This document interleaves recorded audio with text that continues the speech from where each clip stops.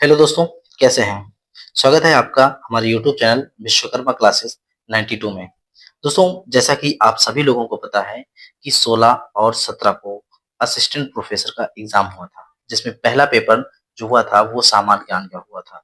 तो उसी को हम लेके आएंगे, जिसमें टोटल 30 क्वेश्चन की संख्या है, यानी कि संख्याओं का जो है उसमें टोटल 30 है।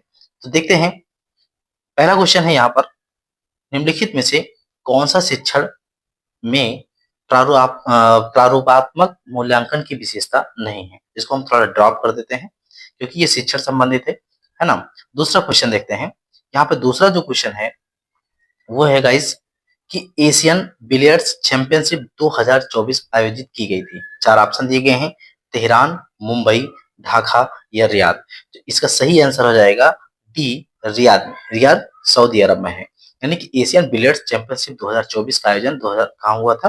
रियाद, सऊदी अरब में। दूसरा क्वेश्चन यहाँ पे देखेंगे। दूसरा क्वेश्चन है कि निम्नलिखित में से कौन सी गैस, आप ध्यान रखना है कि कौन सी ऐसी गैस है जो ग्रीन हाउस प्रभाव नहीं डालती है। कौन सी ऐसी गैस है? तो वो है कार्बन मोनोऑक्साइड, यानी कि ऑप्शन यहाँ पर ए सही हो जाएगा, कार्बन मोनोऑक्साइड हो जाएगा। अब यहाँ पर तीसरा क्वेश्चन है, चौथा क्वेश्चन है कि प्राथमिक आंकड़ों के एकत्रीकरण की विधियां क्या है।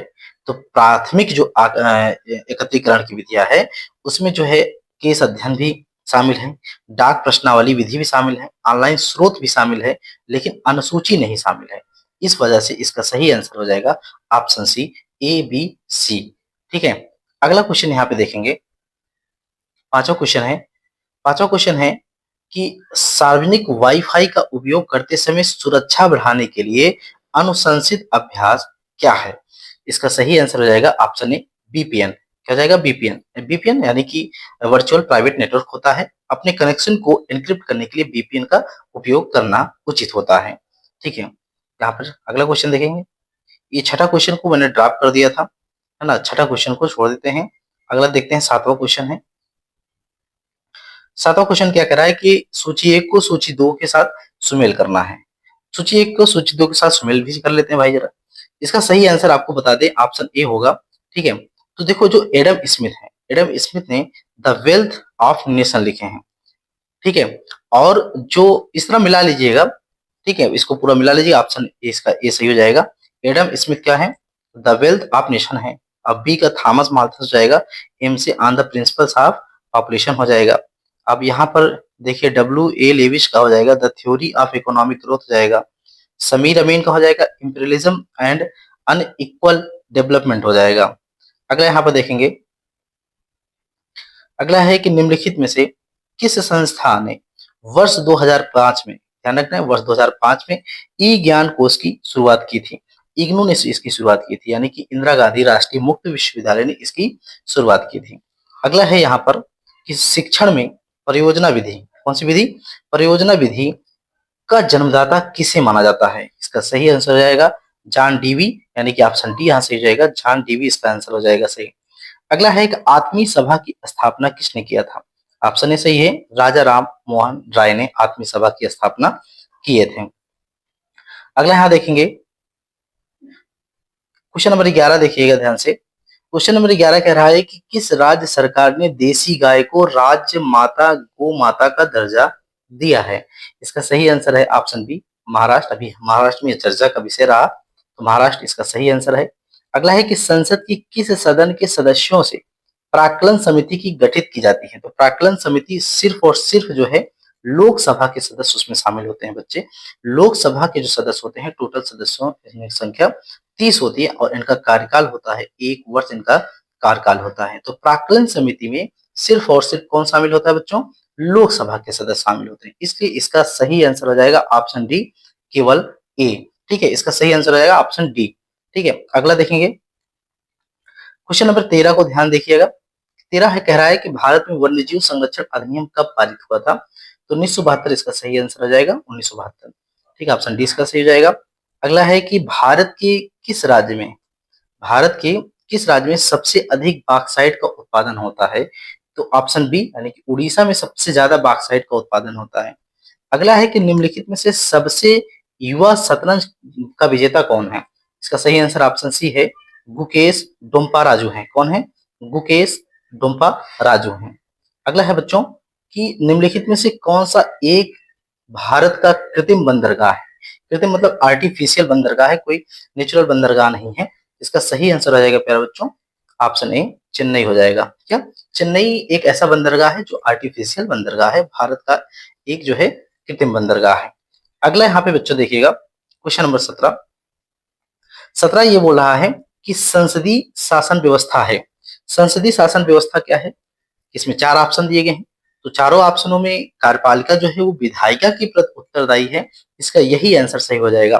कौन सा? ऑप्शन डी सही हो जाएगा। जो कार्यपालिका है वो विधायिका के प्रति उत्तरदायी है। ठीक है, ये इसका सही आंसर हो जाएगा। अगला है कि भुवनेश्वर तथा पुरी के मंदिर किस शैली में निर्मित है? तो नागर शैली में निर्मित है, यानी कि ऑप्शन सी सही हो जाएगा। अगला है कि केंद्रीय बजट 2025-26 में किस राज्य में मखाना बोर्ड को गठित करने का प्रस्ताव दिया गया था? जाहिर सी बात है कि सबसे ज्यादा मखाना बिहार राज्य में होता है, इसलिए मखाना बोर्ड गठित करने का प्रस्ताव इस बजट में बिहार में दिया गया है, यानी कि ऑप्शन ए सही हो जाएगा। इसका बिहार हो जाएगा प्यारे बच्चों। अगला है क्वेश्चन नंबर 20 है, निम्नलिखित में से कौन सा अशाब्दिक संप्रेषण का प्रकार नहीं है? अशाब्दिक मतलब है किसी प्रकार के उसमें मतलब कुल मिला के आपको लिखना नहीं है उसमें। अशाब्दिक तरीके से आप अपने हाव भाव से, है ना, आप अपने आंखों से, इशारों से इस तरह का आप संप्रेषण कर सकते हैं। तो इसमें कह रहा है अशाब्दिक संप्रेषण का प्रकार नहीं है। तो प्यारे बच्चों इसका ऑप्शन ए सही हो जाएगा, लिखित संप्रेषण हो जाएगा। अगला है बेटा, अगला है निम्नलिखित में से किसे 1938 में सुभाष चंद्र बोस के त्याग पत्र देने के पश्चात भारतीय राष्ट्रीय कांग्रेस का अध्यक्ष चुना गया था? तो ऑप्शन सी यहाँ पर हो जाएगा, डॉक्टर राजेंद्र प्रसाद को चुना गया था। अगला हो जाएगा बेटा क्वेश्चन नंबर 22 को देखिएगा, वायुमंडल में ग्रीन हाउस गैसों की बढ़ती प्रचुरता के निम्नलिखित संभावित प्रभाव हैं के अतिरिक्त इसमें जो है यहाँ पर जो है जो प्रभाव है वो ग्लोबल वार्मिंग है। ग्लोबल वार्मिंग की वजह से इसकी प्रचुरता बढ़ती जाती है। ठीक है, अगला क्वेश्चन है यहाँ पर क्वेश्चन नंबर 23 है, निम्नलिखित में से कौन सा शोध में प्राथमिक डेटा संग्रह की विधि नहीं है? इसका सही आंसर आप लोग बताना है। इसका सही आंसर हो जाएगा बेटा ऑप्शन बी, साहित्य समीक्षा नहीं है। ठीक है, ये प्राथमिक डेटा संग्रह की विधि नहीं है। अगला बेटा क्या है? अगला है कि यहाँ पर नेटवर्किंग में बीपीएन का क्या अर्थ होता है? तो बीपीएन का अर्थ होता है virtual private network. Option D इसका सही जाएगा, वर्चुअल प्राइवेट नेटवर्क होता है। चलिए अगला क्वेश्चन देखते हैं कि केंद्रीय बजट 2025-26 में कमाई का सबसे बड़ा स्रोत कहां से आने का अनुमान है? तो जो टैक्स होता है, टैक्स जो है भारत में कमाई का सबसे बड़ा स्रोत है, वहां से ज्यादा आता है। तो इसलिए यहाँ पर हो जाएगा आई टैक्स, यानी कि इनकम टैक्स हो जाएगा। इसका सही आंसर हो जाएगा ऑप्शन बी, इसका सही हो जाएगा। अगला है बेटा कि निम्नलिखित में से कौन सी शोध की विधि नहीं है? शोध की विधि इसमें नहीं बताना है हमें, तो बेटा इसका सही आंसर हो जाएगा ऑप्शन डी, दार्शनिक जो है शोध का विधि नहीं है। ठीक है, अगला यहाँ पर सूची 1 को सूची 2 के साथ मिलान करना है। एक तरफ जो है प्रवर्तक है, दूसरी तरफ उनके आंदोलन है। तो जो बाल गंगाधर तिलक है, बाल गंगाधर तिलक स्वदेशी आंदोलन से संबंधित थे। किससे बेटा? स्वदेशी आंदोलन से संबंधित थे। और जो शौकत अली है वो खिलाफत आंदोलन से संबंधित थे। महात्मा गांधी असहयोग आंदोलन से, बहादुर शाह जफर जो है 1857 के विद्रोह से। इसलिए इसका आंसर जो हो जाएगा वो ऑप्शन बी सही हो जाएगा। ठीक है, ऑप्शन बी इसका सही आंसर हो जाएगा।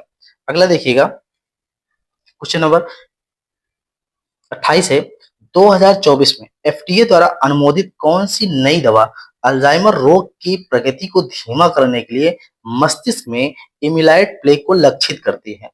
ठीक है, यहाँ पर ध्यान रखना है कि ऐसी कौन सी दवा है जिसे 2024 में एफडीए द्वारा अनुमोदित किया गया है। यहाँ पर पॉइंट को नोट करना है कि जो 2024 की बात कर रहे हैं उसको ध्यान में रखना है, क्योंकि किसनुला और लेकेम्बी दोनों ही ऐसी दवा हैं जो अल्जाइमर रोग की प्रगति को धीमा करने के लिए मस्तिष्क में इमिलाइड प्लेग की लक्षित करता है। लेकिन यहाँ पर 2024 देकर इस क्वेश्चन को उल्टा कर दिया है। तो इसका सही आंसर हो जाएगा किसनुला। कौन सा हो जाएगा? किसनुला। लेकिन अगर हम बात करें कि लेकेम्बी की, तो लेकेम्बी को 2023 में अनुमोदित किया गया था। तो 2023 में एफडीए द्वारा अनुमोदित था वो लेकेम्बी था, और 2024 में जो अनुमोदित दवा है, नई दवा है, वो किसुनुला है। कौन सा है? किसुनला है। ठीक है, इसका सही आंसर हो जाएगा किसुनला। अगला बेटा है क्वेश्चन नंबर 29 है। क्वेश्चन नंबर 29 देखो कि शीत ऋतु में तमिलनाडु में होने वाली वर्षा का प्रकार क्या होता है। देखो जब शीत ऋतु में जब तमिलनाडु में वर्षा होता है तो वो क्या होता है, मौसम लौट के आता है, तो वो एक उत्तर पूर्वी मानसून होता है। क्या होता है? उत्तर पूर्वी मानसून होता है, जिससे वहां के वर्षा होती है। कौन सी? उत्तर पूर्वी मानसून वर्षा होती है। अगला है यहाँ पर कि चुनाव आयोग के बारे में निम्नलिखित में से कौन सा कथन सत्य है। मुझे यहाँ पे सत्य ढूंढना है। ठीक है, यहाँ पर कथन सत्य ढूंढना है। देखो इसकी नियुक्ति प्रधानमंत्री द्वारा की जाती है। ठीक, इसमें हमें सही ढूंढना है। इसकी नियुक्ति प्रधानमंत्री द्वारा की जाती है? नहीं। इसके पास उम्मीदवारों को आयोग घोषित करने का अधिकार होता है? हाँ, इसके पास आयोग जो होता है वो उम्मीदवारों को आयोग घोषित कर सकता है। यह केवल चुनाव अवधि के दौरान संचालित होता है? नहीं, ये एक अर्ध निकाय है, यानी कि अर्ध न्यायिक निकाय है। ठीक है, तो अर्ध न्यायिक निकाय है और एक अस्थायी निकाय नहीं है। ये भी ध्यान रखना है कि जो क्वेश्चन कह रहा है कि अस्थायी निकाय है तो बेटा नहीं, अस्थायी निकाय नहीं है। नियुक्ति प्रधानमंत्री करता है? नहीं करता है। केवल चुनाव अवधि के दौरान ही संचालित होता है? नहीं, चुनाव अवधि के दौरान भी संचालित, लेकिन इसके पास उम्मीदवारों को आयोग घोषित करने का भी अधिकार है। ऑप्शन बी यही इसका आंसर सही हो जाएगा।